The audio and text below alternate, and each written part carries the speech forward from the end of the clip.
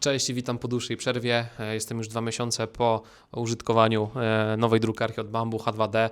To jest akurat wersja combo, tak, czyli bez lasera. No i pomyślałem, że przydałoby się nagrać taki film, w którym trochę powiem o tym, jakie mam wrażenia z tą drukarką, czy miałem już jakieś problemy, jakie są jej zalety, jakie napotkałem wady. No i generalnie powiem, co o niej myślę. Także jeżeli Cię to interesuje, to zapraszam do oglądania.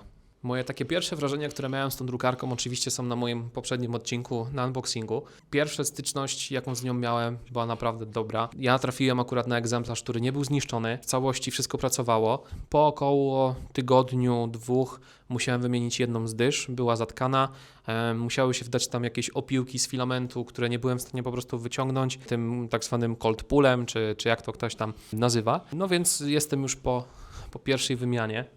Drukarka w sobie, jeżeli chodzi o wygląd, no można powiedzieć, że jest przepiękna. Mi się bardzo podoba. Możecie prawdopodobnie zobaczyć tutaj na boku, że również ma takie świecące LEDy. Widziałem już na MakerWordzie, że jakiś użytkownik zrobił bardzo fajną przeróbkę, że wkładasz po prostu kawałek kolorowego filamentu i wtedy masz na przykład inny kolor. Tutaj możecie zauważyć, jest takie światełko LED, które podczas druku pokazuje, ile procentowo ukończyliśmy już nasz druk.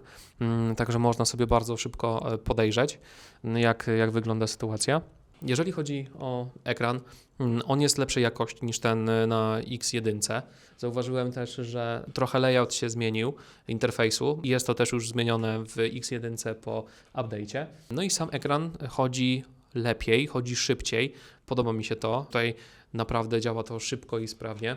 Możemy sobie ustawiać tam temperaturę obydwu tych dysz, możemy sobie oczywiście załadować nowy filament, ustawić też synchronizację AMS-u, w zależności od tego, do której dyszy AMS-a podłączymy.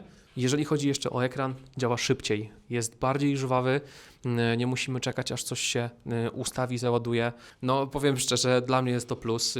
Ja jestem trochę fanem 60 Hz, nienawidzę czegoś, co jest poniżej, no chyba że oglądamy powiedzmy film. Jeżeli chodzi jeszcze o powiedzmy design, no to możecie też zobaczyć, że jest tutaj też szkło po dwóch stronach komory, dzięki czemu możemy cały czas zaglądać na druk, co jest na pewno plus względem innych drukarek. Pamiętam sytuację praktycznie sprzed chwili, jak robię jakiś większy druk, który jest nachylony na mojej P1, no to już nie mogę zobaczyć, co się dzieje z tyłu, a bardzo często ten druk po prostu się niszczy. Bardzo możliwe, że spotkaliście się z takim komentarzem, to jest, żeby w drukarce z 10 tysięcy nie można było wykorzystać pełnego stołu, pełnego rozmiaru stołu. No otóż można, jest to trochę wprowadzenie w błąd. Warunkiem jest to, żeby mieć filament zainstalowany w obu dyszach. Więc jeżeli mamy kolorowy wydruk, no to musielibyśmy mieć 2 AMS-y. Jeżeli mamy druk jednokolorowy, no to tutaj nie ma problemu już nawet przy zakupie drukarki bez combo, to jesteśmy w stanie drukować na pełnej wielkości. Jeżeli jeszcze jesteśmy w temacie stołu, no to na anglojęzycznych kanałach widziałem też, że jest problem ze stołem, że nie grzeje się on tak samo w każdym rogu. No i doświadczyłem tego tym, że druk mi się właśnie odkleił na jednym z rogu. Klej załatwi sprawę, natomiast no nie będę ukrywał, że przy takiej drukarce fajnie jakby to by było tak bezzałogowe, że możemy drukować, nie martwiąc się o to, czy nam się jakaś część odklei. Co jeszcze zauważyłem przy wydrukach, że musi być włączona wieża, tak, ten purge tower, bo jeżeli tego nie zrobimy i będzie wymieniać nam się dysza podczas wydruku, to plastik nie jest wypychany od razu po zmianie dyszy. Jest mała sekundowa przerwa pomiędzy wylewaniem się nowego filamentu, dlatego jeżeli wyłączymy tą wieżę, może pojawić się mała przerwa w wydrukach. No jeżeli chodzi o stół, no to różnica pomiędzy A1 a H2 no jest kolosalna. No to tutaj macie przebitkę, jak to wygląda względem A1 Mini, zwykłą P1 i H2D. No jest spora różnica. No i jeszcze nie miałem okazji wydrukować na przykład jakiegoś hełmu większego, ale na pewno zrobię to, no bo chciałbym sobie trochę przydekorować ścianę, ale miałem już okazję korzystać powiedzmy z pełnej wielkości. Drukarka daje nam też dowolność tego, gdzie chcemy umieścić AMS-a, a gdzie będziemy korzystać tylko z jednej szpuli, także tutaj możecie sobie wybrać czy to prawą, czy lewą stronę. No i fajne jest to, że w przypadku tej drukarki nie musimy mieć AMS huba, żeby połączyć więcej niż jednego AMS-a, oczywiście z limitem do 2, no bo chodzi o to, że do jednej dyszy podłączamy jednego, a do drugiego no drugą. Prosta sprawa. Testowałem już przy 2 AMS-ach, działa to normalnie, samo to wykrywa, nie ma najmniejszego problemu. Jeżeli chodzi o druk, no to mam tutaj już wydrukowane 30 dni, tak, czyli ponad 700 godzin. Do tej pory jedyne co zrobiłem, no to wymieniłem tą dyszę po tygodniu, przez to, że miałem z nią mały problem, ale tak, no to jest to drukarka bezzałogowa.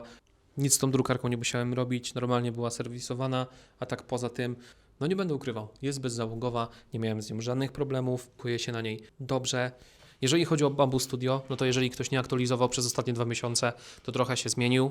Dodali właśnie Bamboo H2D, można bez problemu ustawić drukarkę.